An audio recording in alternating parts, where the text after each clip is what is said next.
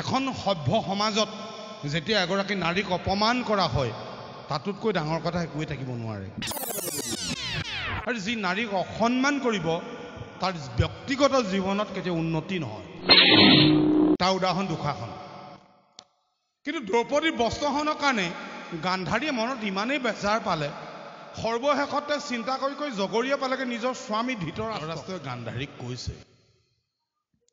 গান্ধাৰী, পঞ্চপাণ্ডৱৰ বনলৈ প্ৰস্থানৰ লগে লগে তোমাৰো কি বাক শক্তিয়ে কৰিলে প্ৰস্থান?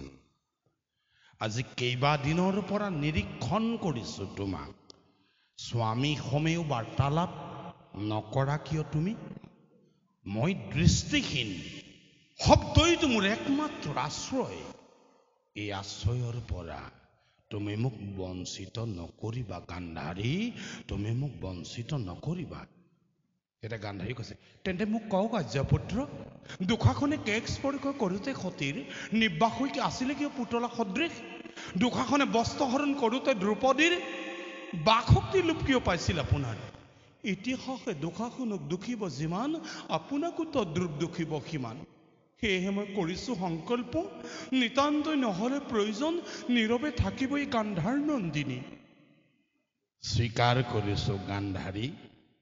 এই পবিত্ৰ অনুষ্ঠানত উপবিষ্ট পিতৃতুল্য বৈষ্ণৱবৃন্দ, ব্ৰজৰ গোপসদৃশ মাতৃসকল, ভৱিষ্যত দেশৰ ধৰণী মত্যৰ পাৰিজাত ফুল সদৃশ কণ মইনাহঁত, অতিকৈ প্ৰিয়তম যুৱ বন্ধুসকল, এই উদযাপন সমিতিৰ বিষয়ববীয়াসকল, আজি এই অনুষ্ঠানত মধ্যমণি হৈ উপস্থিত থকা আমাৰ সকলোৰে মৰমৰ, সকলোৰে শ্ৰদ্ধাৰ টাই আহোম জাতীয় পৰিষদৰ অধ্যক্ষ মাননীয় শ্ৰীযুত ময়ূৰ বৰগোহাঁই ডাঙৰীয়া, এই গাঁৱৰ সুসন্তান শ্ৰীযুত উপেন গগৈ ডাঙৰীয়া, এই অনুষ্ঠানৰ মাননীয় সভাপতি আৰু বন্ধুবৰ ধ্ৰুৱজ্যোতি চাংমাই ডাঙৰীয়াকে প্ৰমুখ কৰি এই অনুষ্ঠানত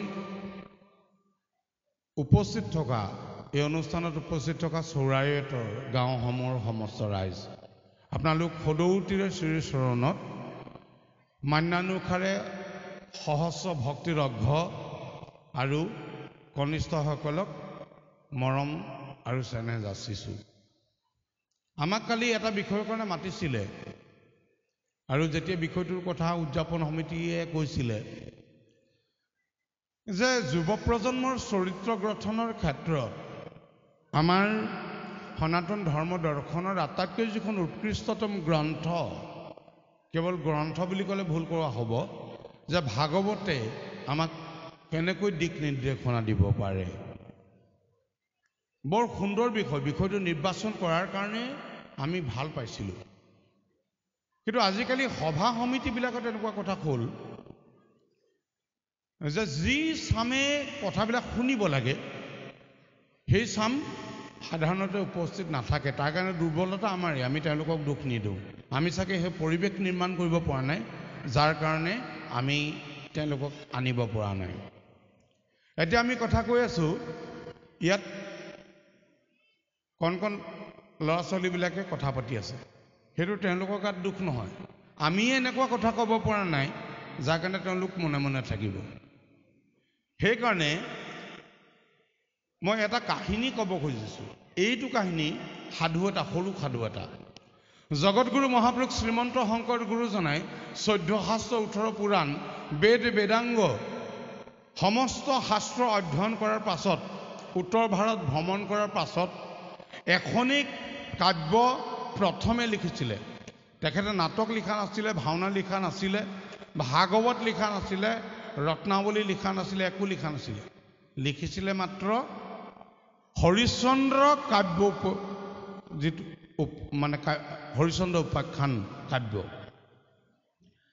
সেই হৰিশ্চন্দ্ৰ উপাখ্যান কাব্যখন যদি আপোনালোকে অধ্যয়ন কৰে, সেই কাব্যখনৰ গোটেই কাহিনীটোৰ অৰ্থ মাত্ৰ এটা শব্দতে আমি ক'ব পাৰোঁ, সেইটো হৈছে সৎসংগ। সৎসংগৰ ব্যতিৰেকে মানুহৰ জীৱনত কোনো মূল্য নাই। কাৰণ সৎসংগত আমি যিটো তত্ত্ব উপলব্ধি কৰিব পাৰিম সেইটো আমি বেলেগত নাপাওঁ। সেইকাৰণে মই এটা সাধু ক'ব খুজিছোঁ। আমাক কণ কণ ল'ৰা ছোৱালীসকলক, মোৰ মইনাসকলক কৈছোঁ, তোমালোকৰ কাৰণে এটা সাধু ক'ব খুজিছোঁ, শুনিলে ভাল পাম। এখন দেশত এজন দুৰ্দান্ত গভাত চোৰ আছিলে। সেই চোৰটোৱে ইমানেই সুন্দৰকৈ চোৰ কৰিব জানে যে তাক কোনেও ধৰা পেলাব নোৱাৰে, আৰু সেইটো তাৰ অহংকাৰ যে মোক কোনেও চোৰ কৰাত মোক ধৰা পেলাব নোৱাৰে। সেই অহংকাৰতে সি আছিলে। কিন্তু এদিন কি হ'ল, ৰাইজৰ ওচৰত ধৰা পৰিলে। ধৰা পৰাৰ লগে লগে ৰাইজে খুব পিটিলে। মুমূৰ্ষ অৱস্থাত আহি পেলাই ঘৰত যেনে তেনে চুঁচৰি বাগৰি ওলালেহি। ওলাই আহি পেলাই পুতেকক ক'লেহি যে বোপাই, মই ভাবিছিলোঁ মই বৰ টেঙৰ চোৰ, গতিকে কিন্তু মই আজি গম পালোঁ যে মোতকৈও ডাঙৰ চোৰ আছে, আৰু মই ইমান টেঙৰ নহয়, কিন্তু ৰাইজৰ ওচৰত মই ধৰা পৰিলোঁ। মোক আজি ৰাইজে খুব মাৰিলে, খুব পিটিলে। গতিকে মই তোক উপদেশ দিছোঁ, তই ভৱিষ্যতে জীৱনত চোৰ নহবি বোপাই। যদি একান্তই তই চোৰ হ'ব, মোতকৈও ভাল চোৰ হবি। তেতিয়া সি ভাবিলে যে দেউতাই যেতিয়া চোৰ হৈ ইমান কষ্ট পালে, মই চোৰ নহওঁ, সেইবুলি সি বিভিন্ন পথ অৱলম্বন কৰিলে। কিন্তু কোনো পথতে, কোনো কৰ্মতে সি উন্নতি লাভ কৰিব নোৱাৰি। উপায় নাপায় বাপেকৰ বিদ্যাটোকে ল'লে, সিও চোৰ হ'ল। কিন্তু বাপেকৰ কথা ৰক্ষা কৰি সি ইমানে গৰ্ভাত চোৰ হ'ল যে তাক কোনেও ধৰিব নোৱাৰে। ৰাজ্যত চোৰ হৈ আছে, ৰজাৰ ঘৰত আপত্তি গৈ আছে। ৰজাই ক'লে যে মোৰ ৰাজ্যত যিমানবোৰ চোৰ আছে চববোৰ ধৰি আনি পেলাই ভৰাই থ, পোতাশালত ভৰাই থ। আৰু মন্ত্ৰীয়ে সেনাপতিক লগ লাগিলে চববোৰ চোৰ আনি পেলাই পোতাশালত ভৰাই থলে। তাৰপিছতো ইয়াকতো ধৰিব পৰা নাই, গতিকে চুৰি কাৰ্যটো চলিয়ে আছে। এটা সময়ত ৰজাৰ ওচৰত ইমানে আপত্তি গ'ল, এনেকুৱা হ'লগৈ যে ৰজাৰ ওপৰত মানুহৰ প্ৰজাৰ বিশ্বাস নোহোৱা হৈ গ'ল। তেতিয়া মন্ত্ৰীক ৰজাই মাতি আনি ক'লে যে মন্ত্ৰী, তুমিতো সকলো চোৰকে মাতি আনি ধৰি আনি পেলাই ভৰাই থলোঁ বুলি ক'লা, তৎসত্ত্বেও মোৰ ৰাজ্যত ক'ৰ পৰা চোৰ হৈ আছে। তেতিয়া মন্ত্ৰীয়ে ক'লে যে মহাৰাজ, এই যে আজি কিছু বছৰ পূৰ্বে ৰাইজৰ যে মাৰপিটত যে মৰিছিল চোৰ এটা, সেই তাৰ পুতেকটো চোৰ বুলি আমি গম পাওঁ, কিন্তু তাৰ বিষয়ে সাক্ষ্য প্ৰমাণ একো নাই। তেখেতে ন্যায়াধীশ মানুহ যে ভালকৈ জানিব যে চোৰ এজনক শাস্তি দিবলৈ হ'লে তাৰ সাক্ষ্য প্ৰমাণ লাগিব। সেই সাক্ষ্য প্ৰমাণ নাই কাৰণে তাক জেলত ভৰাব নোৱাৰে।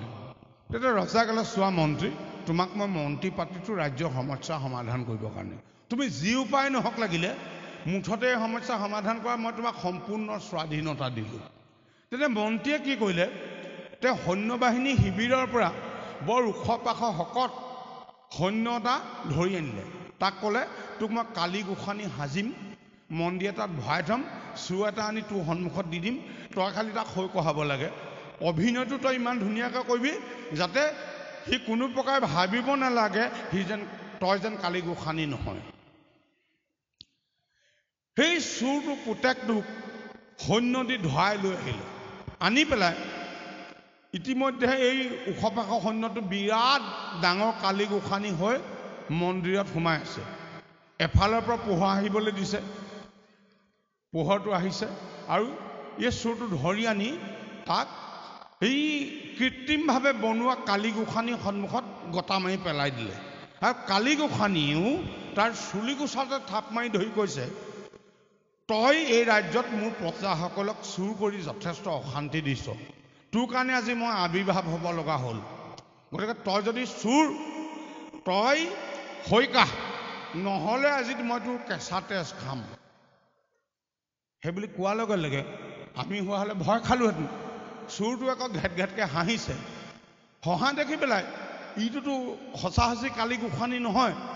গতিকে তাৰো যিটো কনফিডেঞ্চ, আত্মবিশ্বাসৰ যিটো স্তৰ, মানে ইংৰাজীত ক'বলৈ গ'লে যে কনফিডেঞ্চৰ যিটো লেভেলটো তাৰ তললৈ গৈছে। আৰে মোক দেখিলে যিটোৱে ভয় খাব লাগে সেইটোৱে ঘেট ঘেটকৈ যে হাঁহিছে।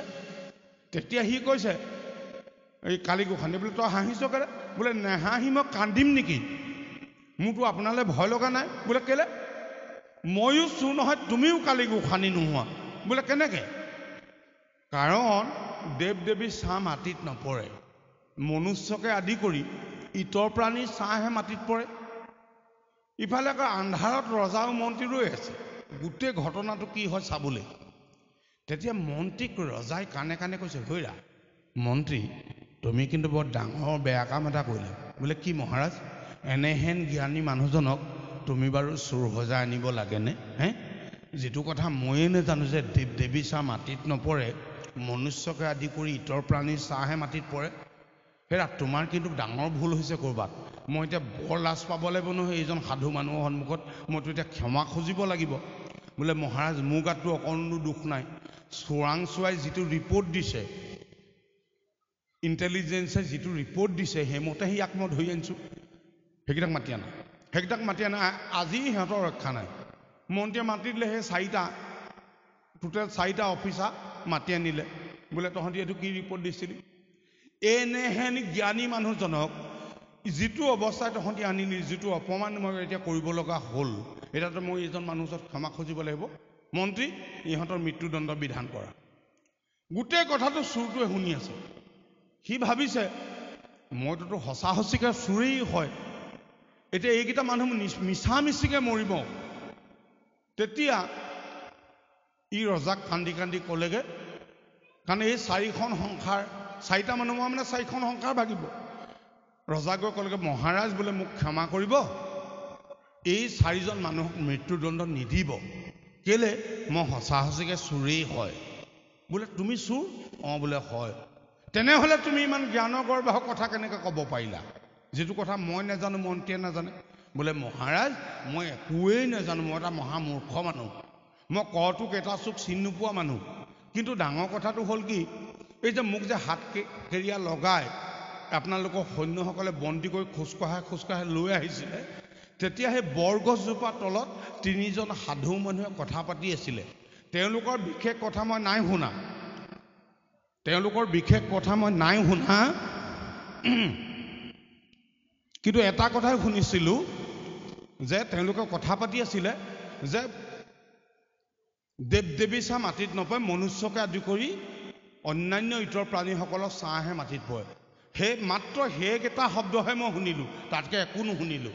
এই যেতিয়াই আহি পেলাই কালি গোসানীক দেখিলোঁ, ছাঁটো পৰিলে মই গম পালোঁ যে এইটো কালি গোসানী নহয়। সেইটোকে ক'লোঁ। সেইকাৰণে আজি এওঁলোকৰ এইটো অৱস্থা। গতিকে মহাৰাজ, এওঁলোকক প্ৰাণদণ্ড নিদিব। তেতিয়া ৰজাই মন্ত্ৰীক ক'লে, এটা কথা নহয় মন্ত্ৰী, এইটো মহা চোৰ দগবাইজ। ই মাত্ৰ সাধুসকলৰ বাক্য মাত্ৰ এটাহে শুনিল যে দেৱ দেৱী ছাঁ মাটিত নপৰে, মনুষ্যকে আদি কৰি ইতৰ প্ৰাণীৰ ছাঁহে মাটিত পৰে। যে সাধুসকলৰ সৎসংগ যদি সামান্য 2 ছেকেণ্ডৰ প্ৰভাৱত ইমান জ্ঞানৰ কথা জানিব পাৰিলে, তেনেহ'লে আমি যদি বেছি সময়ৰ কাৰণে সৎসংগ লওঁ, তেনেহ'লেতো আমি বহুত কথা জানিব পাৰিম। সেইকাৰণে জগতগুৰু মহাপুৰুষ শ্ৰীমন্ত শংকৰ গুৰুজনাই সৎসংগ যে মানুহৰ জীৱনৰ কাৰণে কিমান প্ৰয়োজনীয়, সেই কথাটোৰ প্ৰমাণ কৰিবৰ কাৰণে হৰিশ্চন্দ্ৰৰ উপাখ্যানখন প্ৰথম তেখেতৰ কলমেদি লিখিলে।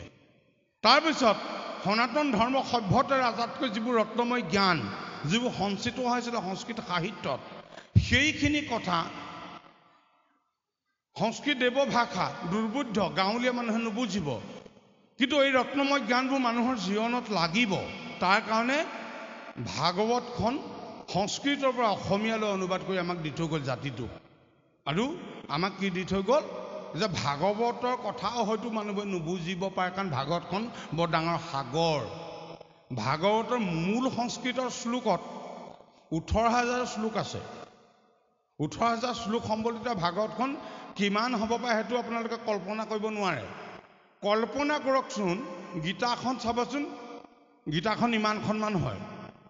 গীতাখনৰ শ্লোক কেইটা? 118টা। 118টা শ্লোক বৰ্ণনা কৰিবলৈ যাওঁতে কিতাপখন হৈছে প্ৰায় 150 পৃষ্ঠাৰ।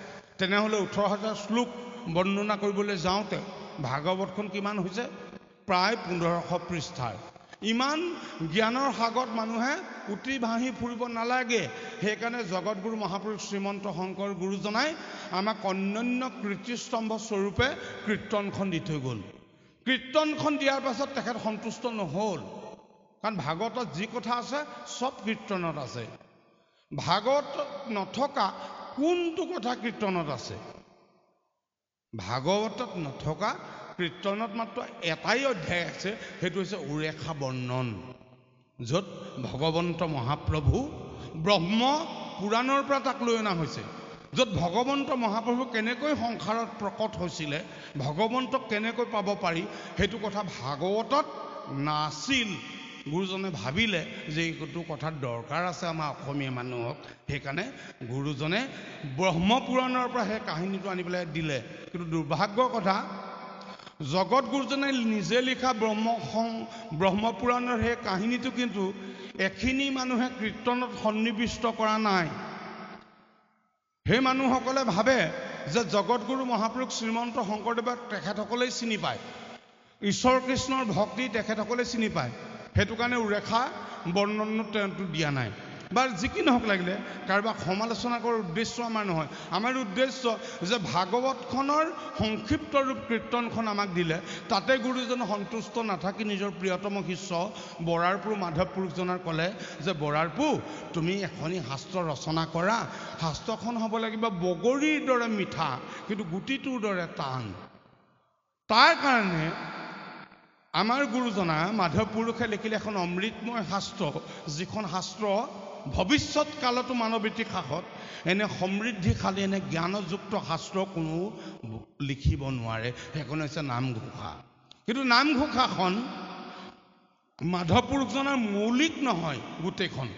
নামঘোষাখনত কেইটা শ্লোক আছে, কেইটা পদ আছে, কেইটা ঘোষা আছে আমি জানো যে নামঘোষা এইটো IAS প্ৰশ্নত অহা, ইণ্ডিয়ান এডমিনিষ্ট্ৰেটিভ ছাৰ্ভিচত এই প্ৰশ্নটো আহিছিলে যে মাধৱদেৱৰ ৰচিত নামঘোষাখনত কেইটা ঘোষা আছে বা ইয়াক কি নামেৰে জনা যায়। তেতিয়া তাৰ উত্তৰটো দিছিলে সকলোৱে। তামিলনাডুৰ এটা ল'ৰাই উত্তৰ দিছিলে হেজাৰী ঘোষা বুলি, কিন্তু হেজাৰী ঘোষা নহয়, প্ৰকৃততে 1001টা ঘোষা আছে। কিন্তু তথাপিতো তাকে হেজাৰী ঘোষা বুলি কিয় কয় জানেনে? কাৰণ 1 নম্বৰ ঘোষাটো মহাপুৰুষ শংকৰদেৱে লিখা। কাৰণ মাধৱদেৱে ঘোষাখন লিখোঁতে লিখিছিলে যে মুক্তিত নিস্পৃহ যিটো সেই ভকতকনমূৰ অসময় মাগুহু ভকতি, সমস্ত মস্তকমণি নিজৰ ভকতৰ বৈশ্য ভজু হেন দেৱ যদুপতি। যেতিয়া গুৰুজনক দেখুওৱাৰ পিছত গুৰুজনে ক'লে বোলে তুমি ভগৱন্তক আগত থলা, ভগৱন্ত আগত নাথাকে নহয়, ভগৱন্ত ভকতৰ পিছতহে থাকে, গতিকে ভকতক আগত থ'ব লাগিব, তেতিয়াহে ভগৱান থাকিব।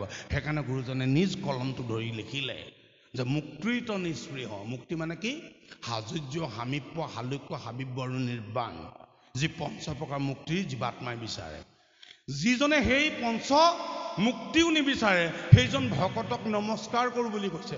সেই ভকতক নমো ৰসময় মাগো সুভকতি, তেওঁৰ পৰা আমি ৰস সমৃদ্ধ ভকতি মাগো। সমস্ত মস্তকমণি, যিজন সমস্ত ব্ৰহ্মাণ্ডৰ যিজন গৰাকী মধ্যমণি, তেওঁ আকৌ কি? নিজ ভকতৰ বৈশ্য, নিজৰ ভকতৰ বৈশ্য, নিজৰ ভকতৰ দাস। ভজু হেন দেৱ যদুপতি, সেইজন দেৱ যদুপতিক মই ভজনা কৰোঁ। সেইটো ঘোষা লিখিলে শংকৰদেৱে, বাকী 1000 ঘোষা লিখিলে মাধৱদেৱে। আৰু তাতে মাধৱদেৱে 444টা ঘোষা অনুবাদ কৰিছে। তাৰ অনুবাদৰ এটা উৎকৃষ্টতম উদাহৰণ আপোনালোকক দিওঁ। যেতিয়া কৃষ্ণই দ্বাৰকালৈ প্ৰত্যাগমন কৰিব বিচাৰিছে কুৰুক্ষেত্ৰ যুদ্ধৰ পাছত পাণ্ডৱক জয় মাল্য অৰ্পণ কৰি, নিজৰ ভতিজাক হ'লেও কুন্তীয়ে কৃষ্ণৰ অনন্ত মহিমাৰ কথা উপলব্ধি কৰি কৃষ্ণক স্তুতি কৰিছে, যাক কৃষ্ণ কুন্তী স্তুত বুলি কোৱা হয়। যিটো কুন্তী স্তুত বিষ্ণুপুৰী সন্যাসীয়ে তেখেতৰ টীকা ভাষ্যত লিখি থলে, আৰু যিটো হৈছে সৰ্বশ্ৰেষ্ঠ কৃষ্ণৰ বন্দনাৰ শ্লোক, যাক আমাৰ শংকৰদেৱে কীৰ্তনৰ ঘোষা কীৰ্তনৰ শ্লোক স্বৰূপে সন্নিৱিষ্ট কৰিলে। সেইটো কি যে কৃষ্ণায় বাসুদেৱায় দৈৱকী নন্দনায় সনন্দ গোপকুমাৰায় গোবিন্দায় নমো নমো নম পংকজ নাভায় নম পংকজ মালিনী নম পংকজ নেত্ৰায় নমস্ত পংকজংগ্ৰাহী বসুদেবং সুতং কৃষ্ণ কংস সানুৰ মৰ্দনম দৈৱকী দেৱকী হৃদয়ানন্দং কৃষ্ণং বন্দে জগতগুৰুম। কৃষ্ণক তুলি ধৰা ইয়াতকৈ ডাঙৰ শ্লোক নাই। মহাপুৰুষ মাধৱদেৱ, যিজন পৃথিৱীৰ শ্ৰেষ্ঠতম অনুবাদক, তেখেতে আকৌ অনুবাদটো কিমান ধুনীয়াকৈ কৰিছে চোৱা। শুনসকল, তোমালোকক কৈছোঁ, ইমান প্ৰাঞ্জল অনুবাদ পৃথিৱীৰ কোনো সাহিত্যিকে কৰিব নোৱাৰে। যে হে কৃষ্ণ হে বাসুদেৱ দৈৱকী নন্দন হৰি নমুনন্দ গোপৰ কুমাৰ কৃপাময় শ্ৰী গোবিন্দ তজুপদ অৰবিন্দ কৰো মই লক্ষ নমস্কাৰ পদ্ম সমন আভিজাৰ প্ৰণামহু বাৰম্বাৰ নমো দিব্য পদ্মমালা ধাৰী নমো পদ্ম সমনেত্ৰ পদজাৰ শতপত্ৰ নমো ভকতৰ বয়সাৰী বসুদেৱ সুত কৃষ্ণ তুমি ভকতৰ ইষ্ট সংস্কৃত শ্লোকত বুলি আছে বসুদেৱং সুতং কৃষ্ণ কংস সানুৰ মৰ্দনম ইয়াত কৈছে বসুদেৱ সুত কৃষ্ণ তুমি ভকতৰ ইষ্ট কংস সানু আদিৰ বিমৰ্দন দৈৱকী হৃদয়ানন্দ জগতৰ গুৰু কৃষ্ণ তোৱা পাৱে কৰো বন্দন কৃষ্ণক ইয়াতকৈ সুন্দৰকৈ ভগৱন্ত মহাপ্ৰভু পৰমাত্মাক ইয়াতকৈ কোনো তুলি ধৰা নাই আকৌ হেতুৱে নে শ্লোক তেনেকুৱা আকৌ 444টা অনুবাদ কৰিছে তাৰ ভিতৰত অন্যতম এটা শ্লোক কীৰ্তন আমাৰ যেতিয়া নাম কীৰ্তন হয় নাম কীৰ্তন হোৱাৰ পিছত আমাৰ ভকতসকলে সমস্ত ভকতৰ অপৰাধ ভঞ্জনৰ কাৰণে এটা আশীৰ্বাদ দিয়ে কি বুলি দিয়ে যে একান্ত ভকত হবে নিৰ্গুণ কৃষ্ণৰ গুণ গাৱে সদা বসিয়া যথাত বৈকুণ্ঠকো পৰিহৰি যোগীৰ হৃদয় এৰি থাকৌ হৰি সাক্ষাতে তথাত সেইটো শংকৰদেৱে মাধৱদেৱে নিজে লিখা শ্লোক নহয় সেইটো অনুবাদ শ্লোক কেনেকে না সংতৃষ্ঠামি যোগিনাং হৃদয়ে নচ বৈকুণ্ঠ মদ ভক্তা যত্ৰ গায়ন্ত্ৰী তত্ৰ তৃষ্ঠামি নাৰদ এই জগতত মাধৱ পুৰুষৰ দৰে অপ্ৰমাদী সৰ্বজ্ঞানী সৰ্বশাস্ত্ৰৰ শিৰোমণি গুৰুজনৰ একান্ত প্ৰিয় শিষ্য এইজনা মহাত্মাৰ ৰচিত নামঘোষাখন আমাৰ জাতীয় জীৱনৰ সম্পদ গুৰুজনে দি থৈ যোৱা কীৰ্তন আমাৰ জাতীয় জীৱনৰ সম্পদ কিন্তু আমি জাতিটোৱে কি কৰিলোঁ শ বছৰ ধৰি কীৰ্তনখনক ৰঙা কাপোৰে মেৰিয়াই নামঘোষাখনক ৰঙা কাপোৰে মেৰিয়াই নামঘৰত বহাই থলোঁ দুবদাব সেৱা কৰিলোঁ তাৰ ভিতৰত কি লিখা আছে পঢ়ি তাক বুজিবলৈ চেষ্টা নকৰিলোঁ প্ৰহ্লাদ চৰিত্ৰত গুৰুজনে প্ৰহ্লাদৰ মুখৰে আমাক মানৱ জীৱনৰ তত্ত্ব জ্ঞান দিলে কি বুলি যে মনুষ্য জীৱনটোৰ সম্পৰ্কে ব্যাখ্যা দিলে যে মনুষ্যৰ আয়ু শত বৰিষ সংখ্যাত অৰ্ধেক বিফলে যায় জানিবা নিদ্ৰাত বিংশতি বৰিষ আয়ু যায় উমলন্তে নেয়দশ বৰিষ ধনক উপাৰ্জন্তে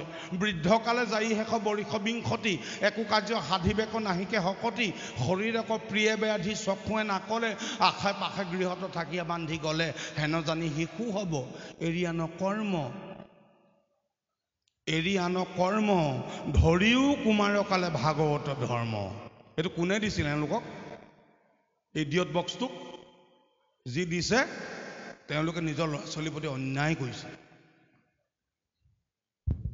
কি কৈছে যে মানৱ জীৱনটো 100 বছৰ সাধাৰণ মানুহৰ 100 বছৰ এই 100 বছৰ কি হয় 50 বছৰ আমি শুওঁতে যায় কিন্তু 50 বছৰ একেলগে শুই নলওঁ প্ৰতিদিনৰ কৰ্মৰ লগত শুৱাটো জড়িত হৈ থাকে কেনেকৈ যে বিংশতি বৰিষ যায় উমলন্তে উমলোতে 20 বছৰ যায় লগত শুৱা 20 বছৰ 40 বছৰ এতিয়া এই মাউত গাঁৱত মোক এনেকুৱা এটা মানুহ দেখুৱাই দিয়কচোন যিজনে 40 বছৰ আগত জীৱনত প্ৰতিষ্ঠা লাভ কৰিছে সম্ভৱেই নহয় 40 বছৰলৈকে আমি যিমানখিনি কাম কৰিম সব উমলাৰ দৰে হয় নেয়দশ বৰিষ ধনক উপাৰ্জন্তে লগত হোৱা 20 বছৰ 10 বছৰ যোগ দিয়ক 20 বছৰ আৰু এই উমলা 40 বছৰ 40-20 60 বছৰ 60 বছৰত চৰকাৰে ৰিটায়াৰমেণ্ট দিয়ে কেলে যিহেতু মানুহৰ কোনো প্ৰডাক্টিভিটি কেপাচিটি নাই আপোনালোকক 65 বছৰত ৰিটায়াৰ দিছিলে জাষ্টিছ কাৰণে আৰু আমি গাঁও প্ৰধানসকলকো 65 বছৰ ৰিটায়াৰমেণ্ট দিব কিন্তু বাকীবিলাক সমস্ত চাকৰি 60 বছৰত দিয়ে কিয় জানেনে কাৰণ তাৰ পৰা কোনো প্ৰডাক্টিভিটি নাথাকে সেইকাৰণে চৰকাৰে ৰিটায়াৰমেণ্ট দিয়ে কাৰণ 10 বছৰহে মানুহে ধন ঘটিব পাৰে আকৌ কৈছে বৃদ্ধকালে যায় শেষ বৰিষ বিংশতি 20 বছৰ বৃদ্ধকালত যায় লগত হোৱা 20 বছৰ যোগ দি দিয়ক 40 বছৰ আগৰ আছিলে 60 বছৰ 60 চলিছে 100 বছৰ এইটো হৈছে মানুহৰ জীৱন পৰিক্ৰমা আৰু 20 বছৰ বয়সতে বৃদ্ধকালৰ 20 বছৰত কি হয় যে শৰীৰক প্ৰিয় ব্যাধি বেমাৰবোৰ আহে চকুৱে নাকলে চকুৱে কম দেখিবলৈ আৰম্ভ কৰে আশা পেশে গৃহত থাকিয়ে বান্ধি গ'লে লোকৰ আশাত ঘৰত সোমাই থাকিবলগীয়া হয় পেঞ্চনটো পোৱা মানুহজনো নাতিটোক ATM-টো দি ক'ব লগা হয় যাচোন শুনো ATM-টো লৈ যা পইচাকেইটা উলিয়াই আনে বাকী দোকানত পইচা দিব লাগিছে গাখীৰ দিব লাগিছে পেপাৰত দিব লাগিছে অমুকত দিব লাগিছে তমুকত দিব লাগিছে তেওঁ যাব নোৱাৰে লোকৰ ওপৰত নিৰ্ভৰ কৰিবলগীয়া হয় যদি এইটোৱেই মনুষ্য জীৱনৰ পৰিক্ৰমা হয় তেনেহ'লে আমিনো কেতিয়া ঈশ্বৰক চিন্তা কৰিম সেইকাৰণে প্ৰহ্লাদৰ মুখেদি দৈত্য শিশুসকলক কৈছে যে হেন জানি শিশু হ'ব এৰিয়ে কৰ্ম ধৰি কুমাৰকালে ভাগৱত ধৰ্ম। এতিয়া ভাগৱত ধৰ্মটো বৰ ডাঙৰ কথা নহয়, সেইটোকে কয় বক্তব্য সামৰণি মাৰিব বিচাৰিছোঁ ভা শব্দে পোহৰ, মানে জ্ঞানৰ চৰ্চা কৰা। কাৰণ এইটো বয়সত জ্ঞানৰহে প্ৰয়োজন। এই যিটো ইডিয়ট বক্সে আমাক দেখুৱাব পৃথিৱীখন, এইখনে আমাক একো নিদিয়ে। আমাক এতিয়া জ্ঞানৰ প্ৰয়োজন। কাৰণ কেলে জ্ঞান এটা নিৰ্দিষ্ট বয়সলৈহে উপাৰ্জন কৰিব পাৰে। তাৰপাছত কি লাগে? এটা কৰ্মত শৰীৰ, এটা সুস্থ মন লাগে। কাৰণ কেলে জেপত ধন নাথাকিলে ককাই ভাইও এৰিব, পত্নীও এৰিব। যাৰ জেপত পইচা থাকিব তাৰ লগত চব থাকিব। কিন্তু পইচা ঘটিবলৈ হ'লে কি হ'ব লাগিব? নিজৰ জ্ঞান থাকিব লাগিব, কৰ্মত এটা শৰীৰ, সুস্থ মন এটা থাকিব লাগিব, তেতিয়াহে ধন উপাৰ্জন কৰিব পাৰিব। আৰু ধন নাথাকিলে পৃথিৱীত আৰু কথা কৈ লাভ নাই, কোনেও কাকো নেমানে। পিতৃ মাতৃ পত্নী ভাতৃ কোনেও চবে সংগী দিব। গতিকে পইচাও লাগিব আমাৰ জেপত, কিন্তু পইচাটো হ'লে সৎ পথেৰে দি। আৰু শেষৰ সময়ত কি লাগিব আমাক? যে যিজনে আমাক এই পৃথিৱীত মনুষ্য জন্মৰ উপহাৰ দিলে সেইজন হৈছে ভগৱান। তেওঁৰ চৰণত আমি কৈ থৈ আহিছিলোঁ যে অহৰ্নিশ জাগৰণীয়ম লোকহিতং মম কৰণীয়ম। মই সদায় জীয়াই থাকি মানুহৰ উপকাৰ সাধন কৰিবৰ কাৰণে সেইজনৰ পৰম ব্ৰহ্মৰ চিন্তা আমি কৰিব লাগিব। কাৰণ কলিযুগটো আকৌ দুৰ্ধৰণে ব্যাখ্যা হয়। এক কলিযুগ হৈছে যিটো যুগৰ সময়ৰ যিটো কালৰ যিটো গতি, সেইটো যুগ সত্যযুগ, ত্ৰেতা যুগ, দ্বাপৰ যুগ আৰু কলিযুগ। আৰু ইভাগে মনুষ্য জীৱনত আকৌ এই যুগ চাৰিটা সদায় থাকে। কেনেকে? এই যে শিশুটি বহি আছে, এই যে তাৰ হাতত ৰঙা চিন, সি ক'বই নোৱাৰে মই কি কথা কৈ আছোঁ, একো গম নাপায় পৃথিৱীত, একোৱে গম নাপায়। সি অলপ আগলৈকে মোবাইল চাই আছিলে। তাৰ সমান সত্যবাদী কোনো নাই, সি সত্য যুগৰ লোক। সত্য যুগ তাৰ গাতে আছে। সত্যৰ পিছত কি? ত্ৰেতা। ত্ৰেতা হৈছে এইজন নহয়, এইজন ত্ৰেতা নহয়, আমাৰ এই ছেক্ৰেটাৰী এতিয়া যে মোক মাইকটো দিছিলে, সেইজন ত্ৰেতা যুগত আছে। কৰ্মধৰি এইজন পূজা দ্বাপৰত আছে। এই পূজা কৰিছে। কাক পূজা কৰিছে? পিতৃ মাতৃ পূজা, পত্নী পূজা, সন্তান পূজা আৰু সমাজ পূজা কৰি আছে এইজনে। তাৰপিছত এতিয়া এখেত যে বহি আছে আমাৰ গগৈদেৱ, এতিয়া এখেতক কৰিবলগীয়া পৃথিৱীত একো কাম নাই, চব কৰিলে। এতিয়া এখেতে তৰণ কৰিব লাগে। জীৱটো তেখেতৰ জীৱই তৰণৰ উপায় পাব লাগিব। সেইকাৰণে অজামিল উপাখ্যানত কৈছে যে হৰি নামব্য মম জীৱনম কলো নাস্তব্য গতি দন্যতা। এতিয়া কলিযুগত, তেখেত কলিযুগত আছে। এতিয়া তেখেতক কেৱল মাত্ৰ হৰি নাম মোৰ জীৱনৰ ধৰ্ম। কলিযুগত কোনেও গতি দিব নোৱাৰে, একমাত্ৰ নামৰ ব্যক্তি থাকিব। সেই নাম হৃদয়ত ধৰক, সকলোৱে জীৱন কল্যাণ সাধিত হওক। সকলোকে আকৌ এনেদৰে ভালে কুশল ৰাখক। আকৌ আহিম আপোনালোকৰ লগত কথা পাতিবলৈ। মাত্ৰ আজিৰ কাৰণে সামৰিছোঁ। ভগৱন্ত সকলোকে কৃপা কৰক। উপনিষদৰ শ্ৰেষ্ঠতম বাণীৰে মোৰ বক্তব্য সামৰণি মাৰিছোঁ। সৰ্বে ভৱন্তু সুখিনঃ, সকলো সুখী হৈ থাকক। সৰ্বে সন্তু নিৰাময়া, সকলো নিৰোগী হৈ থাকক। সৰ্বে ভদ্ৰাণী পশ্যন্তু মা কচ্চিৎ দুখ ভাগৱত। সকলে ভগৱন্ত ঈশ্বৰৰ কৃপা লাভ কৰক, যাতে কোনেও কেতিয়াও কোনো দুখৰ সন্মুখীন নহওক। জয় গুৰু শংকৰ, জয় আই অসম, জয়তো ভাওনা সংস্কৃতি আৰু জয়তো নামঘৰ। কৃষ্ণ কৃষ্ণ কৃষ্ণ কৃষ্ণ কৃষ্ণ। এতিয়া বাদ বিবাদ পক্ষে বিপক্ষে কোনো ভাগৱতৰ কথা নাই। আপুনি এজন নাট ভাল পোৱা মানুহ, ভাওনা ভাল পোৱা মানুহ, বচন গোৱা মানুহ, ভাওনা বচন আপোনাৰ মনৰ ফুট এষাৰ বা দুষাৰ বচন এষাৰ মাতি শুনাওক।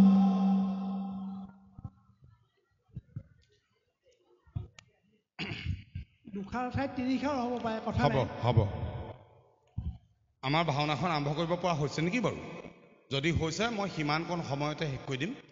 আচলতে যেতিয়া মোক প্ৰণৱে, ই মোৰ আচলতে ভাই আৰু বন্ধু, প্ৰণৱে যেতিয়া এই অনুষ্ঠানলৈ মাতিছিলে, মাতোঁতে আপোনাৰ কথা কৈছিলে।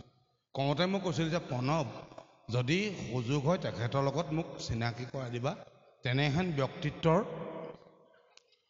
ছাট পালে আমাৰ লেখীয়া অকিঞ্চনৰ জীৱন ধন্য হ'ব। গতিকে তেনে এজন মহান ব্যক্তিয়ে আমাক ভাওনাৰ এটা সংলাপ ক'বলৈ ক'লে। আমি সঁচা অৰ্থত ক'বলৈ গ'লে পণ্ডিত মানুহ নহয়, নিতান্ত সাধাৰণ মানুহ, ভাওনা কৰি ভাল পোৱা মানুহ। এতিয়ালৈকে আপোনাৰ হ'ব আশীৰ্বাদত 23খন নাটক লিখিলোঁ। তাৰে ভিতৰতে 2020 চনত সদৌ অসম ভাওনা প্ৰতিযোগিতা মণিকাঞ্চন ৰংগক্ষেত্ৰ মাজুলীত যিখন নাটকৰ জৰিয়তে মই দ্বিতীয়বাৰৰ বাবে শ্ৰেষ্ঠ নাট্যকাৰৰ সন্মান লাভ কৰিছিলোঁ, সেই নাটকখনৰ নাম আছিল দুৰ্যোধনৰ অশ্বমেধযজ্ঞ কুৰ্মবলী পতন। নাটকখন মহাভাৰতৰ হৰিনাৰায়ণ দত্তবৰুৱা সম্পাদিত যিখন মহাভাৰত, সেই মহাভাৰতৰ 975 পেজত কাহিনীটো আৰম্ভ হৈ 1001 পেজত কাহিনীটো শেষ হৈছে। সেই কাহিনীটোত কি হৈছে যে যুধিষ্ঠিৰে ৰাজকীয় যজ্ঞ পতাৰ পাছত তেওঁলোকৰ ওপৰত হিংসা হোৱাৰ পাছত পাশা খেল খেলিলে। পাশা খেলত পাণ্ডৱ হাৰিলে আৰু সেই পাশা খেলত ৰাজসভাৰ মাজত দ্ৰৌপদীৰ বস্ত্ৰহৰণ হ'ল। দ্ৰৌপদীৰ বস্ত্ৰহৰণটো সঁচাকৈ এটা লজ্জাজনক ঘটনা, কিয়নো এখন সভ্য সমাজত যেতিয়া এগৰাকী নাৰীক অপমান কৰা হয়, তাতোতকৈ ডাঙৰ কথা একোৱে থাকিব নোৱাৰে। কাৰণ নাৰী হৈছে মাতৃ, নাৰী হৈছে শক্তি, নাৰী হৈছে জগতৰ আধাৰ। আৰু যি নাৰীক অসন্মান কৰিব তাৰ ব্যক্তিগত জীৱনত কেতিয়াও উন্নতি নহয়, সিয়ে মৃত্যুৰ কাৰণ হ'ব পাৰে।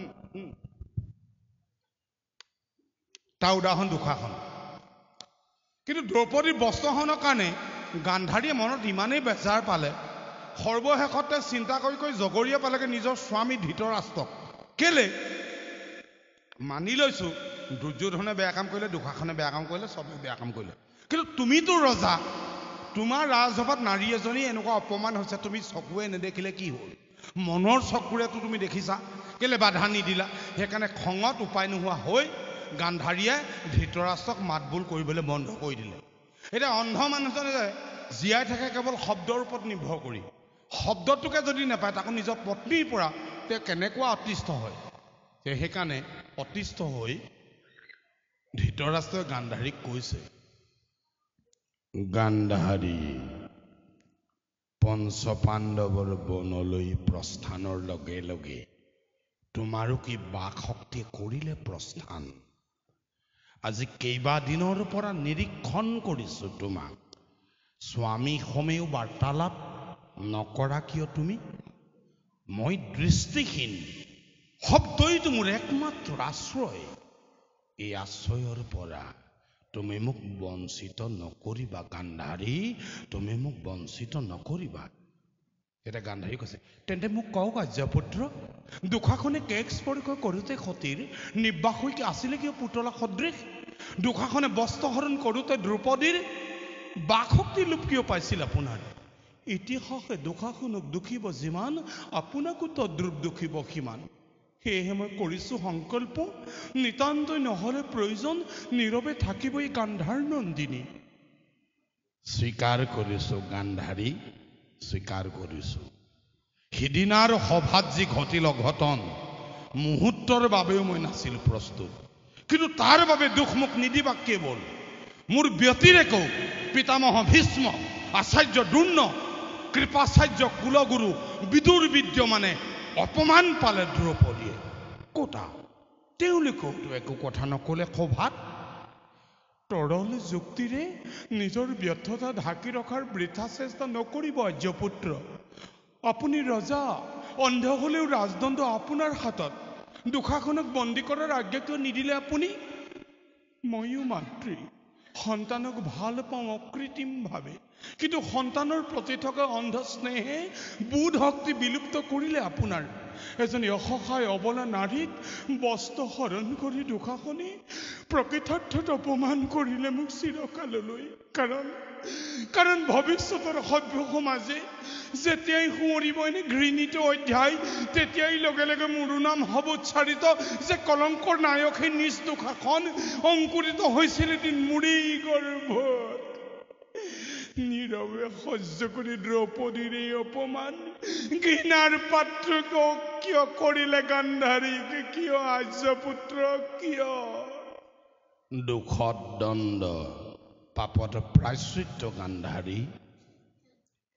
বৰদান কৰি মই সিদিনাৰ সভাতেই পাপৰ প্ৰায়শ্চিত্ত মই কৰিলো নিশ্চয়। ৰাজ্যৰ সহিতে সকলোটি ঘূৰাই দিলো পঞ্চপাণ্ডৱক। কিন্তু দুখীৰ দণ্ড কি কৰিলে বিধান? নিজ পুত্ৰ হলেওতো দুৰ্যোধন দুষাৰখন হয় অপৰাধী।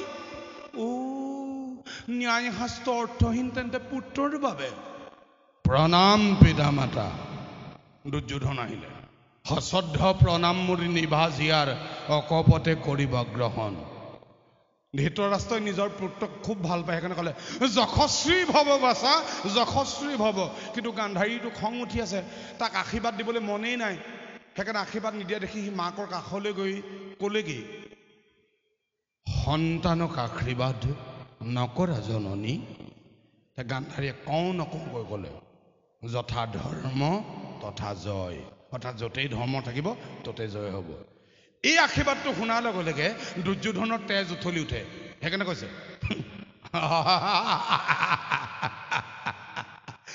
যথা ধৰ্ম তথা জয়। শুনা মাতা, যদ্যপি শুনা পাওঁ তোমাৰ মুখত যথা ধৰ্ম তথা জয় আশীষ বাণী, উত্তপ্ত ৰক্তস্ৰোত প্ৰবাহিত হয় মোৰ দেহৰ প্ৰতি ধমনীত। জগতৰ বুজাহী ঋষিমুনিগণে ধৰ্মৰ যি পৰিভাষা কৰিছে প্ৰচাৰ, তেনে ধৰ্মৰ নামত মই শতবাৰ কৰো পদাঘাত, যাৰ জন্মৰ অন্তৰালত আছে এটা দীৰ্ঘ প্ৰশ্ন চিহ্ন। সেই পঞ্চ পাণ্ডৱকেই ধৰ্মৰ সন্তান বুলি প্ৰচাৰ কৰে আজি ঋষিমুনিগণে। তোমাৰ ক্ষেত্ৰতো যদি ধৰ্মৰ পৰিভাষা সত্যদ্ৰূপ, তেনে আশে কদাপিতো নিবিচাৰো। মই জানো চন্দ্ৰবংশী ৰাজা মই দুৰ্যোধন, বিস্তাৰ কৰি ৰাজ্যৰ চৌসীমা মোৰ, ভালদৰে পালিম প্ৰজাক, ৰক্ষা কৰিম প্ৰজাগণক বহিঃশত্ৰুৰ পৰা। এইয়ে মাত্ৰ ধৰ্ম দুৰ্যোধনৰ, তাৰ পৰা বিন্দু মানো মই নহওঁ বিচ্যুত। লাঞ্চিতা হয় নাৰী মোৰ পুত্ৰৰ সভাত, সতী নাৰীৰ কেশ স্পৰ্শ কৰে তোৰ এই ভাতৃয়ে তোৰ সন্মুখত দুৰ্যোধন। কিয় তই ধৰ্ম পথ দিলি বিসৰ্জন? কিয় তই যুধিষ্ঠিৰৰ দৰে সত্য আৰু ন্যায়ৰ পথ নকৰ অনুসৰণ? যুধিষ্ঠিৰ ধৰ্ম শুনা মাতা, ধৰ্মৰ সন্তান যদি হয় যুধিষ্ঠিৰ, তেন্তে পাশা খেলত পণ কিয় ৰাখে নিজ পত্নীক?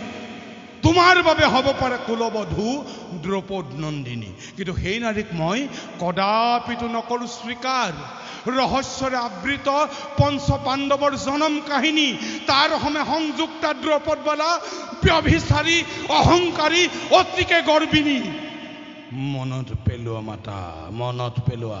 সখামুৰ মহাৰথী কৰ্ণ মহাবীৰ স্বয়ম্বৰ সভাত সুতপুত্ৰ বুলি কৰি অপমান নকৰিলে যোগ্যজনক বৰমাল্য দান। ৰাজহুৱে যজ্ঞ পাতি নিমন্ত্ৰণ কৰি তোমাৰ এই জ্যেষ্ঠ পুত্ৰক অপমান কৰিলে কিদৰে? অন্ধৰ পুত্ৰ হেনো অন্ধ। সেইবাবেই শুনা মাতা, সিদিনা ইন্দ্ৰপ্ৰস্থত মনে মনে কৰিলো মই প্ৰতিজ্ঞা ভীষণ, যে পিতৃ নিন্দাকাৰী সেই নাৰীৰ চৰিত্ৰ উদঙাম মই জগতৰ আগত।